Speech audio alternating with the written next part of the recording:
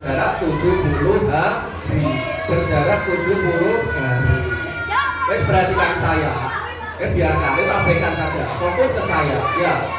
Gitu. Sampai sudah besar, usah dilanda remote-remote. Jarak antara hari raya Idul Fitri dan hari raya Idul Adha itu berjarak 70 hari kurang lebih. Nah, kalender Islam itu adalah tanggal berapa? Tanggal 10 Dzulhijjah. Tapi ya, tanggal 14 itu tanggal hari itu lain lagi. Nah, dalam memperingati hari raya Idul Adha itu identik dengan kita ngapain? Tidak lupa. Apa tau semet cik loro toh? Ketutupan. Ya.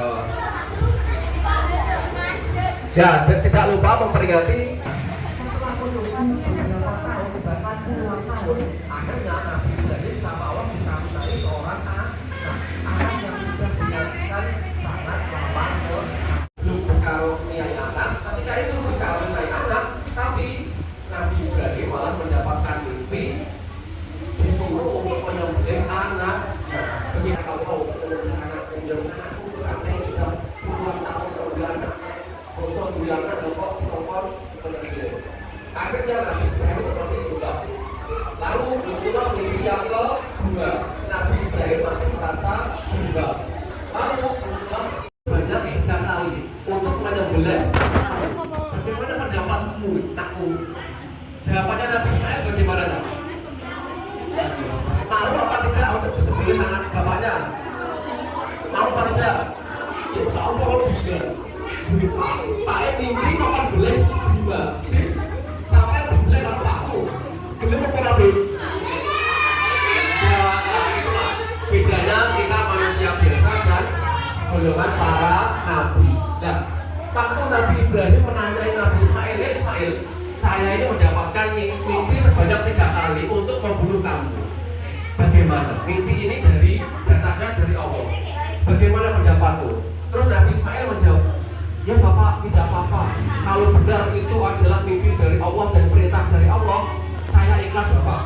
Asalkan kita mendapatkan ridho dan berkah dari Allah. Nah akhirnya Nabi Ismail ikhlas untuk disembelih dan Nabi Ibrahim rela dengan keteguhan hatinya untuk menyembelih putra yang selama ini dinanti-nanti karena berpuluh-puluh tahun. Nah, tiba akhirnya ketika itu perintah untuk menyembelihnya tiba. Di hari penyembelihan Nabi Ismail itu apa itu? Matanya itu ditutup kan? Matanya ditutup supaya apa? Supaya tidak melihat proses penyembelihannya. Sudah Nabi Ismail itu sudah diterlentangkan, siap untuk dibelih, posisi belih, matanya Nabi Ismail sudah ditutup.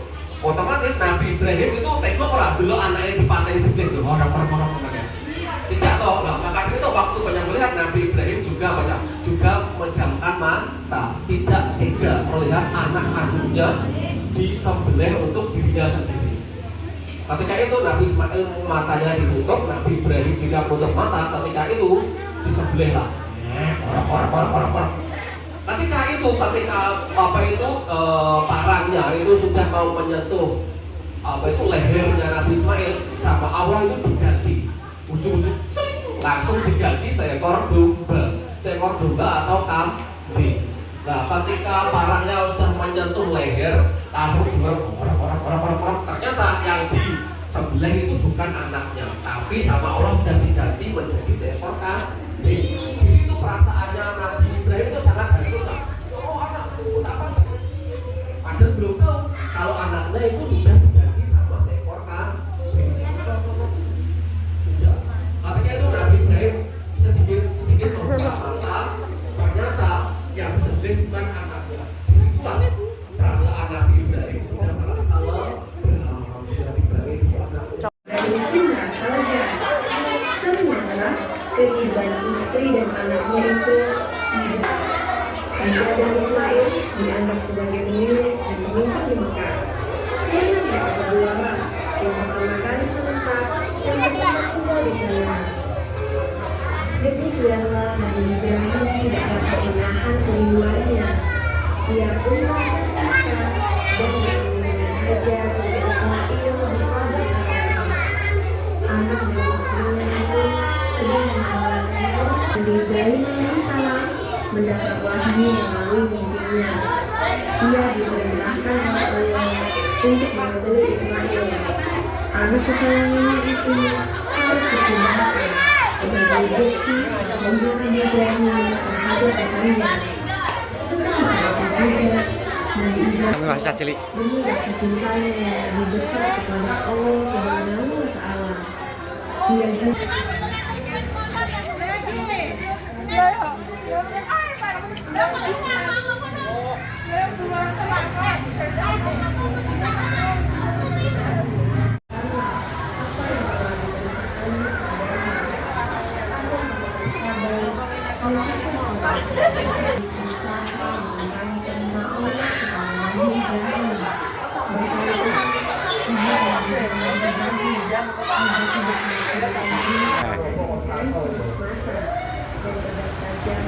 sudah dipersiapkan. Ketika berat itu sudah berada di Ismail,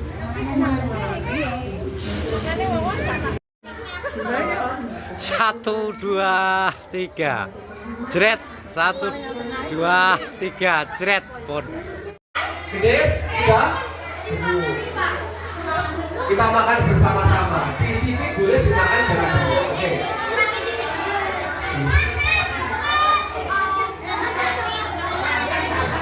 Baca perhatikan para si. Halo, halo, halo. Oke. Kalian sudah habis. Bekas makanan atau kuahnya bisa dibuang di tempat sampah pas di bawah tiang bendera. Jangan dibuang selain di situ ya. Jangan dibuang di kamar mandi, jangan dibuang di tempat sampah. Sisa makananmu itu nanti dibuang di tempat sampah di bawah tiang bendera. Paham? Nah, kalau membuang dilakukan dengan tertib. Ojo, oyo. Oke, sebelum kita makan, mari kita berdoa terlebih dahulu. Doa sebelum makan.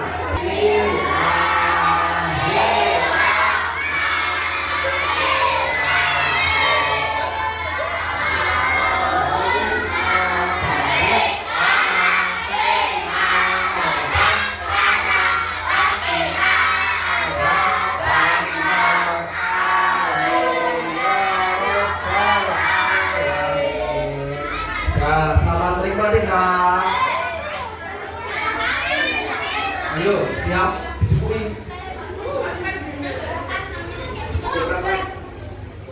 Dihabiskan, Kak, kalau bisa, Wi.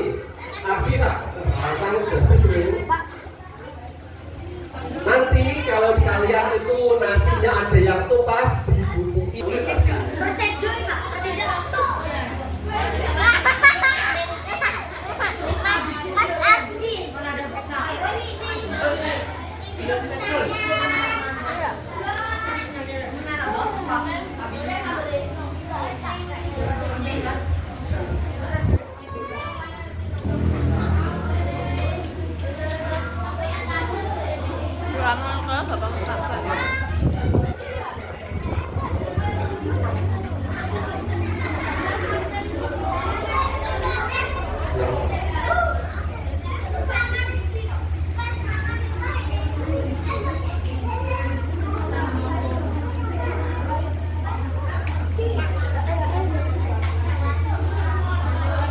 Direkam lah.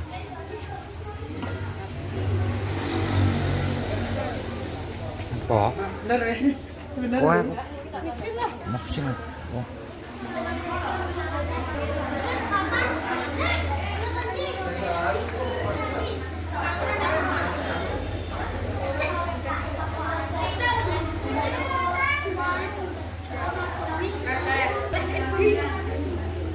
Siap, ya. Cesar.